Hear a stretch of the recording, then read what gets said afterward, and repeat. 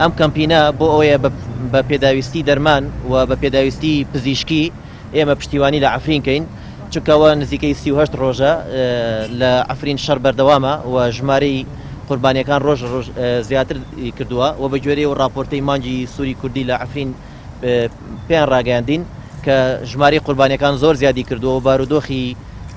نەخۆشخانەکان لەو پەڕی خراپیدایە پێداویستی دەرمانیان نەماوە و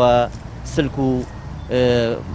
زەمادات و ئەوانەی کە بۆ برینپێچی ئەوانە بەکاریە زۆر کەمی کردوێتەوە و ڕۆژ بە ڕۆژیش شەڕەکە قورستر دەبێ و ژمارەی شەهید و بریندارەکان ڕووی لە زیاد بوونە بۆیە من لێرەوە لە ڕێگەی ئەم کەمپینەوە داوە لە سەرجەم